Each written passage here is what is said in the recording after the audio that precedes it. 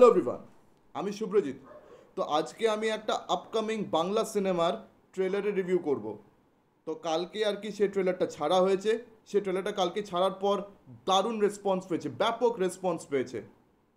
তো সেটা কোন বাংলা সিনেমার ট্রেলার আপনারা সবাই বুঝতে পারছেন। ইয়েস, এটা দেব এন্টারটেনমেন্ট ভেঞ্চার্সের তরফ থেকে আর সৃজিত মুখার্জির নির্দেশনায় সিনেমাটার নাম টেক্কা।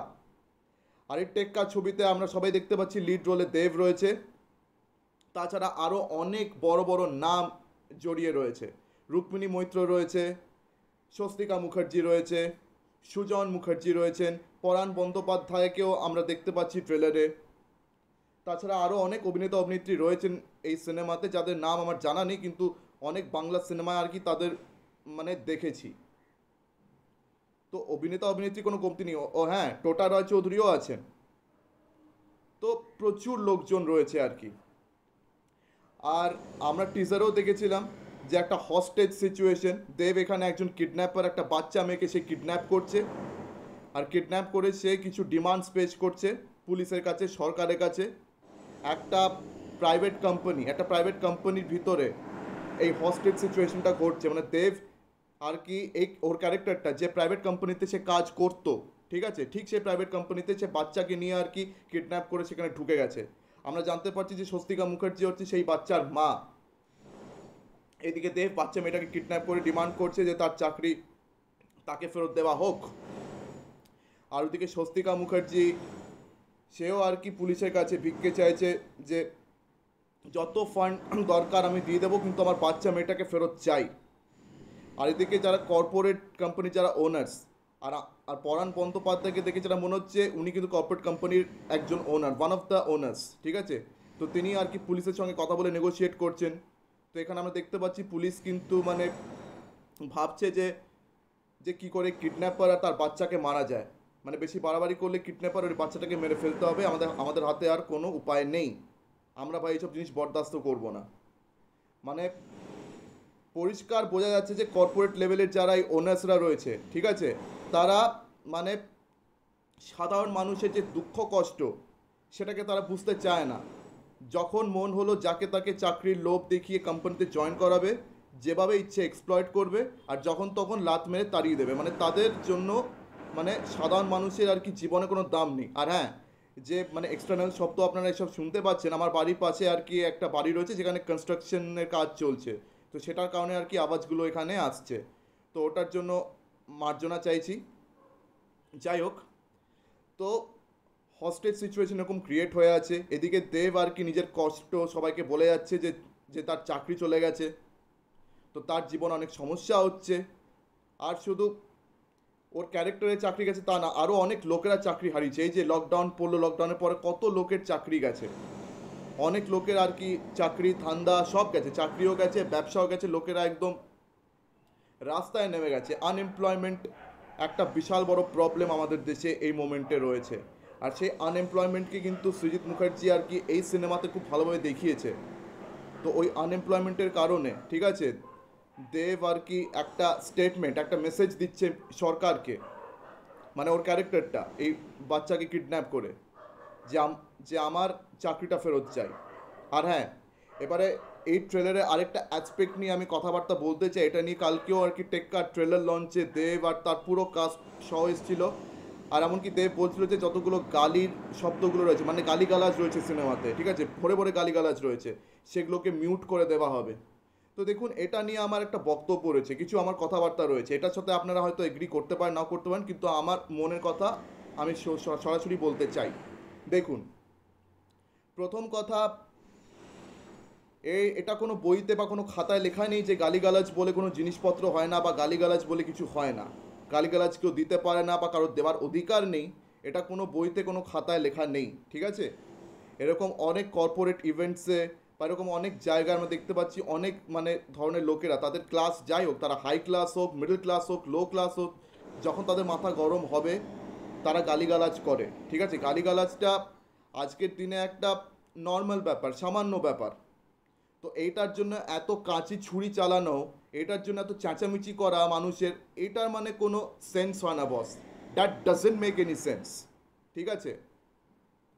আর এখানে মানে দেবের ক্যারেক্টারের যে অবস্থা সে গালিগালাজ করছে, তার গালিগালাজটা কিন্তু সেখানে যথেষ্ট প্রযোজ্য মনে হচ্ছে, বিকজ মানে তার সেকশনের লোক, মিডল ক্লাস বা লোয়ার ক্লাস সেকশনের লোকেদেরকে অলওয়েজ অবহেলা করা হয়েছে, অলওয়েজ তাদের মজা ওড়ানো হয়েছে, তাদেরকে নিশা দেখানো হয়েছে। যে এই যে উচ্চবিত্ত শ্রেণীর লোকেরা তারা কি করে, তারা মিডল ক্লাস লোয়ার ক্লাস লোকেদের তারা মজা ওড়ায়, তাদের ইমোশনস, তাদের ভাবনা নিয়ে, তাদের আবেগ নিয়ে তারা খেলে। বিকজ এই হাই ক্লাস লোকেদের কাছে জরুরি at the end of the day and night একটাই জিনিস, সেটা হচ্ছে টাকা। টাকা পয়সা আমার চাই। হাই ক্লাস লোয়ার ক্লাস লোকেরা মরে যাক, তারা বলির পাঠা হয়ে যাক, তারা মুরগি হয়ে যাক, আমার কাছে ভাই আমার টাকা পয়সা সব। আমি আমার রেপুটেশন বাঁচাবো, তার জন্য যদি কোনো মানে আম জনতা যদি আওয়াজ তোলে তাকে চুপ করিয়ে দেবো, তাকে মেরে ফেলবো, তার অধিকার হয় না যে আমার বিরুদ্ধে কোনো কথা বলবে। এই অ্যাটিটিউডটা আজকের সোসাইটিতে কিন্তু প্রচলিত, প্রিভ্যালেন্ট। আর এটা যে শুধু আজকের দিনে প্রচলিত হয়েছে তা না, এটা চিরকাল মানে আদ্যকাল ধরে এই অ্যাটিটিউডটা রয়েছে। তো এই যে সাধারণ মানুষদের গলা চেপে দেওয়া হচ্ছে, তাদের উপরে যে এই অন্যায় অত্যাচার হচ্ছে, তাদের আবেগের সঙ্গে যে এই উচ্চবিত্ত শ্রেণীর লোকেরা যখন তখন ইচ্ছা খেলা করছে, এই জিনিসটার বিরুদ্ধে যখন কেউ আওয়াজ তুলতে যায় তখন অনেকেরই মানে ফেটে যায়। মানে আমিও গালিগালাজ ব্যবহার করছি, তো যাই হোক, তো অনেকেরই ফেটে যায়, অনেকেরই অবস্থা খারাপ হয়ে যায়। তো এমন কিছু পাবলিকরা এসে বলছে যে গালিগালাজ কেন, সুজিত মুখার্জি নিজের ছবিতে গালিগালাজ কেন ব্যবহার করেন। ভাই, যাদের মানে এই গালিগালাজ সব নিয়ে যাদের আপত্তি আছে না, তাদেরকে আমি একটা সাজেশন দিতে চাই, ঠিক আছে? আপনারা দয়া করে না সিনেমা দেখতে আসবেন না। হ্যাঁ, যদি সিনেমা দেখেন তাহলে ডেফিনেটলি ওই টনিক, প্রজাপতি এরকম টিভি সিরিয়াল মার্কা সিনেমা দেখুন, আর না হলে বাড়িতে বসে আপনার টিভি সিরিয়াল দেখুন, ঠিক আছে? আপনারা সিনেমা হলে দয়া করে না এইসব সিনেমার নামে না উল্টোপাল্টা বক বক করবেন না, ঠিক আছে? বিকজ আপনাদের কথাবার্তায় দেশ চলে না, আপনাদের কথাবার্তায় দুনিয়া চলে না, আর আপনাদের কথাবার্তায় সমাজ চলে না। আর আপনাদের মধ্যে যারা বলছেন এসব খিস্তি খালাজ খুব খারাপ জিনিস, আপনারা নিজেরাও খিস্তি খালাজ দিয়ে আছেন, বা আপনারা যেখানে চাকরি করছেন, যেখানে আপনারা কাজ করছেন, ব্যবসা করছেন, সেখানে কি কেউ গালিগালাজ কি দেয় না? এটা কি নিয়ে এত বড় সমস্যা হচ্ছে কেন? আর কেন মানে দীপক অধিকারী মানে দেবকে মিডিয়ার সামনে এটা বলতে হচ্ছে যে সিনেমা হলে প্রত্যেকটা গাড়িতে বিপ লাগিয়ে দেওয়া হবে? কীরকম লাগবে একটা সিনে সারাক্ষণ কথা বলছে আর বিপ বিপ বিপ বিপ বেজে যাচ্ছে? এটা কীরকম দেখতে শুনতে লাগবে? মানে কোনো অথেন্টিসিটি লাগবে? সে অথেন্টিসিটিটা তো ওখানে হারিয়ে যায় না। বা আপনারা শোলের ওই সিনটা ভাবুন, যেখানে ধর্মেন্দ্র বলছে বসন্তী ইন কুত্তোকে সামনে মত নাচনা, ইন কুত্তোকে সামনে মত নাচনা, বা গদরে সানি দেওল যে ধরনের কথাবার্তাগুলো বলেছে, সেগুলোতে যদি বিপ বিপ বিপ বিপ লেগে যেত, সেগুলো কীরকম শুনতে লাগতো? সেগুলো কি শুনতে ভালো লাগতো? আপনাদের মধ্যে যারা শোলে দেখেছেন, গদর দেখেছেন, উড়তা পাঞ্জাব দেখেছেন, বা সুজিত মুখার্জির আগের ছবিগুলোই ভাবুন, 22শে শ্রাবণ, মানে যখন আমাদের বুম্বাদা 22শে শ্রাবণে যখন কোনো ডায়লগ দিচ্ছে, সেখানে যদি বারবার বিপ বিপ বিপ বিপ বাজে, আপনারা জাস্ট ভাবুন কীরকম লাগবে শুনতে সেটা। তখন কি সেটা অথেন্টিসিটি কি তখন কম্প্রোমাইজ হবে না? মানে আপনাদের কাছে আমার এটাই অনুরোধ, ঠিক আছে? আপনাদের যদি এসব গালিগালাজ নিয়ে আপত্তি আছে, আপনারা টিভি সিরিয়াল দেখুন বাড়িতে, ঠিক আছে? আপনাদের জন্য সব টিভি সিরিয়ালই ঠিক আছে, বা এসব টিভি সিরিয়াল মার্কা সিনেমা, এমনি তো বাংলা অডিয়েন্স তারা তো এখন টিভি সিরিয়াল মার্কা অডিয়েন্স না, তাদের তো এই টনিক, প্রজাপতি ছাড়া তো আর কোনো ছবি তাদের সহ্যই হয় না। আর একটা জিনিস আমার বলার আছে, এই বাঙালিদের এই মাইন্ডসেটের কারণে, ঠিক আছে, বাঙালি জাতের কোনো উন্নতি হচ্ছে না। আমাদের বাংলা ইন্ডাস্ট্রির উপরও তার প্রভাব পড়ছে। কেননা কোনো ইন্ডাস্ট্রি, কোনো সিনেমা তার দেশ বা তার রাজ্যের কালচার ট্রেডিশনের থেকে বড় হতে পারে না। যে কোনো রাজ্যের সিনেমা সেই রাজ্যের কালচার ট্রেডিশন, সেই এলাকায় লোকেরা কীভাবে থাকে, কীরকম ভাষায় কথা বলে, সেগুলোকে রিপ্রেজেন্ট করে। আর শুধু সিনেমা না, যে কোনো শিল্প, যে কোনো আর্ট এটা করে। তো কোনো আর্ট, কোনো শিল্প নিজের দেশ, নিজের রাজ্য, নিজের শহরের কালচার বা ট্রেডিশনের থেকে কখনো আলাদা হতে পারে না। আর যদি আলাদা হয় তাহলে সেগুলো সঙ্গে লোকেরা রিলেট করতে পারে না। তো এই কথাগুলো আপনারা সোজাসুজিভাবে মাথায় তুলে রাখুন। আর যদি আপনাদের আগেই বলেছি গালিগালাজ নিয়ে আপত্তি থাকে, আপনারা সিনেমা দেখা বন্ধ করুন, টিভি সিরিয়াল নিয়ে ভাষণবাজি মারুন, এটাই আপনাদেরকে একদম মানাবে, সুপার মানাবে। আর আমি দেখেছি দেব এন্টারটেনমেন্ট ভেঞ্চার্সের তরফ থেকে যখনই কোনো ভালো সিনেমার প্রচেষ্টা হয়েছে, কবির, ককপিট বা পাসওয়ার্ড, এই ধরনের সিনেমাকে আমি দেখেছি দর্শকরা কখনো সাপোর্টই করেনি। দর্শকরা শুধু ওই টনিক প্রজাপতির মতন ছবি দেখতে চলে আসছে। আর এই টনিক প্রজাপতির মতন ছবির জন্য কি হচ্ছে, ইন্ডাস্ট্রি দিনের পর দিন ক্ষুদ্র থেকে ক্ষুদ্রতর হচ্ছে। এই সিনেমাগুলো হিট হচ্ছে, কিন্তু এই সিনেমাগুলো দেখতে কারা আসছে?